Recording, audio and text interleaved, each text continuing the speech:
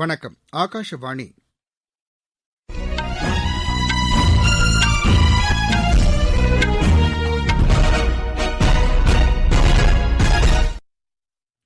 செய்திகள் வாசிப்பவர் ரெங்கநாதன். தலைப்புச் செய்திகள். பிரதமர் திரு நரேந்திர மோடி வாரணாசியில் இன்று பல்வேறு வளர்ச்சித் திட்டப் பணிகளை தொடங்கி வைக்கிறார். மாநிலங்களவை உறுப்பினராக நியமிக்கப்பட்டுள்ள இசையமைப்பாளர் இளையராஜா, தடகள வீராங்கனை பி டி உஷா, திரைப்பட கதையாசிரியர் விஸ்வ விஜயேந்திர பிரசாத் உள்ளிட்ட 4 பேருக்கு பிரதமர் உள்ளிட்ட தலைவர்கள் வாழ்த்துக்கள் தெரிவித்துள்ளனர்.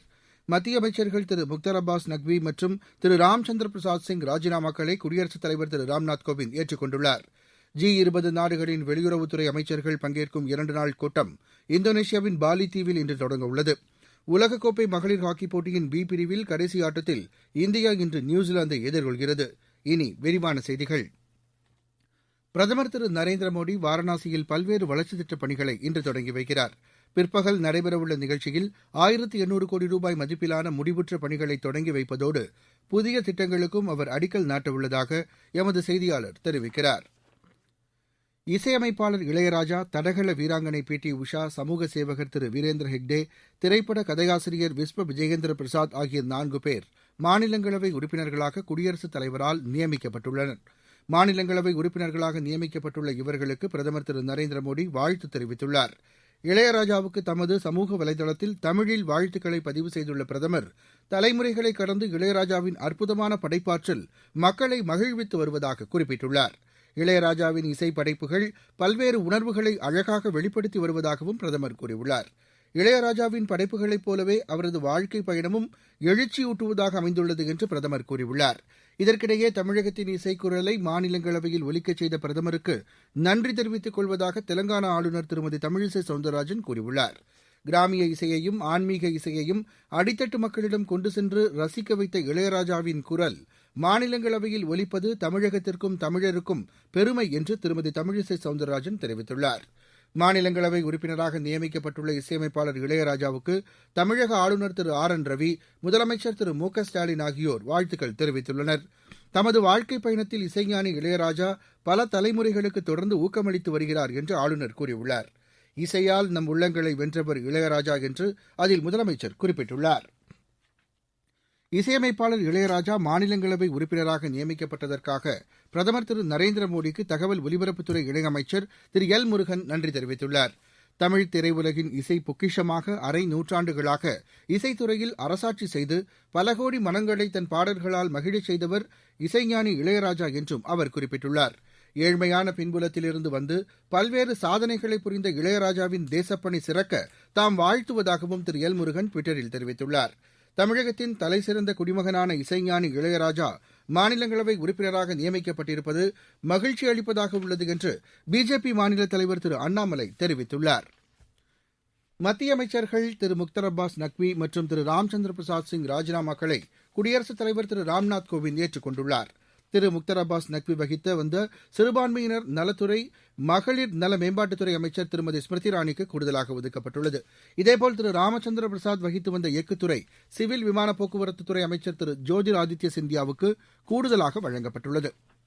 மத்தியில் பிஜேபி தலைமையிலான அரசு பொறுப்பேற்ற கடந்த 8 ஆண்டுகளில் அனைத்து தரப்பினரும் பயன்பெறும் வகையில் திட்டங்கள் செயல்படுத்தப்பட்டு வருவதாக சாலை போக்குவரத்து இணையமைச்சர் திரு வி கே சிங் கூறியுள்ளார். நேற்று திருநெல்வேலியில் செய்தியாளர்களிடம் பேசிய அவர், இலவச சமையல் எரிவாயு திட்டத்தின் கீழ் 8 கோடிக்கும் மேற்பட்ட குடும்பங்கள் பயனடைந்திருப்பதாக கூறினார். குழாய் மூலம் குடிநீர் இணைப்பு வழங்கும் திட்டத்தின் கீழ் மாநில அரசுகளுக்கு எவ்வித பாரபட்சமும் இன்றி நிதி ஒதுக்கீடு செய்யப்பட்டிருப்பதாக அவர் தெரிவித்தார். மகளிர் நலனுக்காக மத்திய அரசு நிறைவேற்றியுள்ள திட்டங்களையும் அமைச்சர் பட்டியலிட்டார். பிரதமரின் வீட்டு வசதி திட்டம் மற்றும் குழாய் மூலம் குடிநீர் இணைப்பு வழங்கும் திட்டங்கள் மாநிலங்களில் சிறப்பாக செயல்படுத்தப்பட்டு வருவதாக பஞ்சாயத் ராஜ் இணையமைச்சர் திரு கபில் மோரேஸ்வர் பட்டேல் கூறியுள்ளார். நேற்று ராமநாதபுரத்தில் மத்திய அரசின் திட்டங்களின் செயலாக்கம் குறித்து பயனாளிகளுடன் அவர் கலந்துரையாடினார். மத்திய அரசின் திட்டங்கள் முழுமையாக கிடைக்கிறதா என்றும் அமைச்சர் பயனாளிகளிடம் கேட்டறிந்தார். நீங்கள் கேட்டுக்கொண்டிருப்பது ஆகாஷவாணியின் செய்தி அறிக்கை.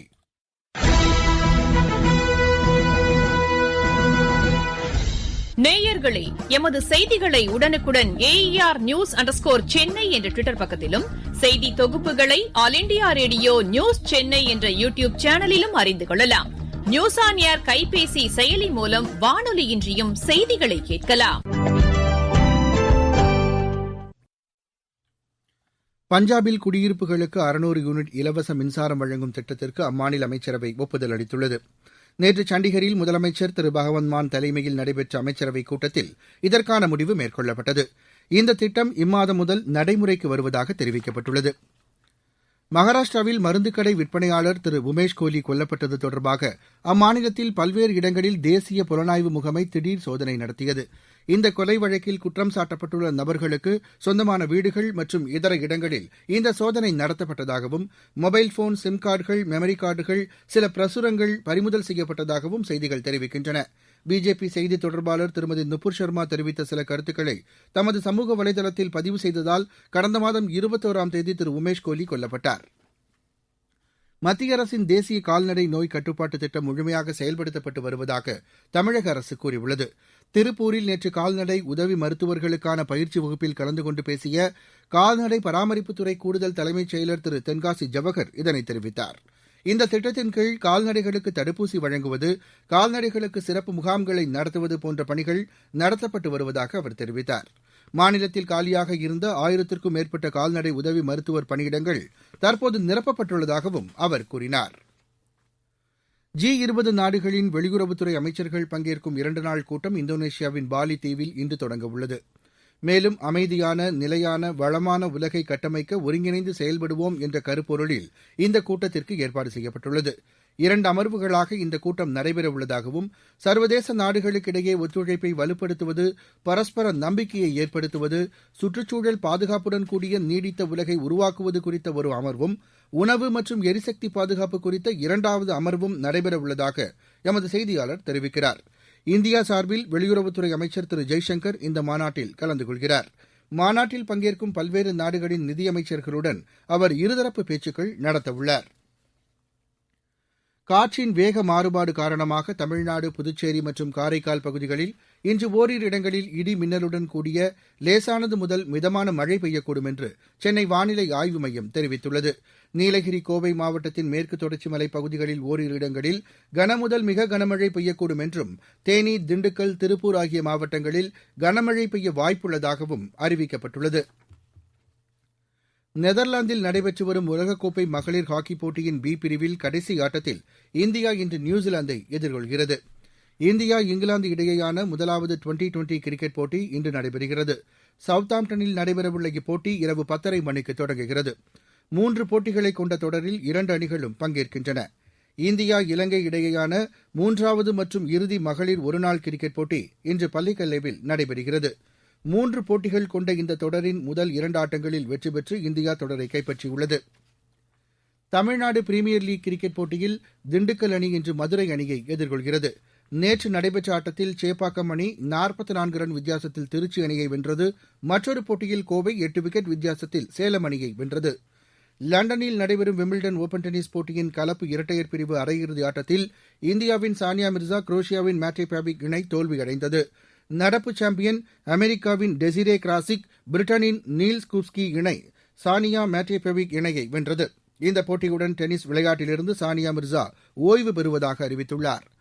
காமன்வெல்த் விளையாட்டுப் போட்டிக்கான இந்திய அணியில் உயரம் தாண்டுதல் வீரர் தேஜஸ்வின் சங்கர் சேர்க்கப்பட்டுள்ளதாக இந்திய தடகள சம்மேளனம் அறிவித்துள்ளது.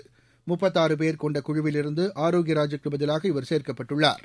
மீண்டும் தலைப்புச் செய்திகள்.